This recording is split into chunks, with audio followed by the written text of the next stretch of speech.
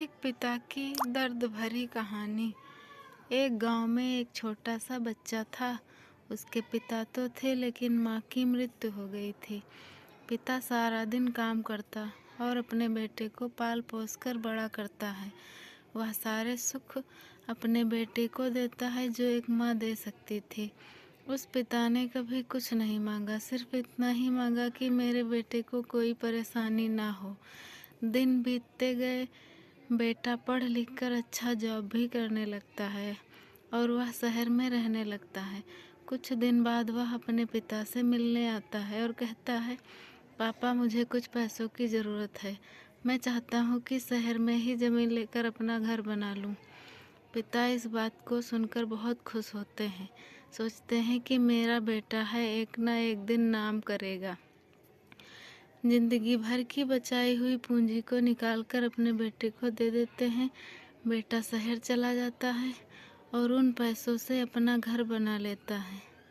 पिता इधर इंतजार करता रहता है कि मेरा बेटा फिर से आएगा, एक ना एक दिन तो मेरे पास आएगा ही। जाएगा कहाँ? उसके पास अब कोई नहीं जाता था, क्योंकि ना ही अब उस पिता के पास पैसे थे और ना ही रहने की जगह थी। कुछ दिन बाद बेटा फिर लौट कर आता है और अपने पिता से कहता है, पापा अब आप दादाजी बनने वाले हैं। पिता को बहुत खुशी होती है। इस बात को सुनकर वह कहते हैं, तुम मुझे मेरी बहू और पोता से कब मिलाएगा? बेटा कहता है, बस पापा थोड़े दिन और। पापा मुझे कुछ पैसों की ज़रूरत है, क्योंकि आजकल थोड़ा जॉब में खींच बीच हो रहा है, जिसके कारण से मुझे कुछ दिन के लिए सस्पेंड कर दिया गया है।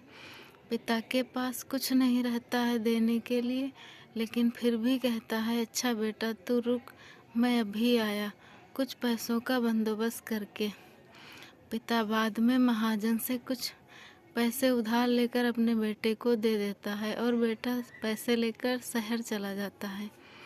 बरसों गुजर जाते हैं। पिता सोचते हैं कि मैं तो अब दादाजी बन गया हूँ, मेरा बेटा पता नहीं मेरे पोते को लेकर कब आएगा।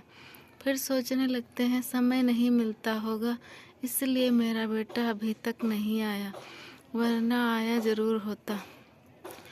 तब तक महाजन 2-3 आदमी को लेकर उस पिता के घर पर आता है और कहता है कि आपके वादे के मुताबिक मैं पूरे 3 महीने बाद आया हूँ अपने पैसे ले जाने।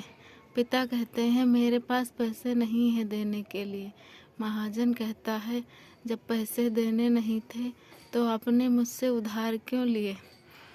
तभी पिता कहते हैं, ठीक है रुको, मैं तुम्हारे लिए पैसों का बंदोबस्त करके आता हूँ। और वहाँ के नज़दीकी अस्पताल में चले जाते हैं। वहाँ जाकर अपना ब्लड डोनेट करते हैं और अपनी एक किडनी बेच देते हैं और उस महाजन का कर्ज छूटा कर देते हैं। किडनी बेचने के बाद उनकी स्थिति और भी खराब हो जाती है और वह उस राह में जी रहे होते हैं कि मेरा बेटा एक दिन आएगा ज़रूर। इस आस में जीते जीते एक दिन पिता की मृत्यु हो जाती है, परंतु उस बेटे को अपने पिता को आग देना भी नसीब नहीं हुआ। अगर आप लोगों को ये कहानी पसंद आई हो तो चैनल को सब्सक्राइब करें। धन्यवाद।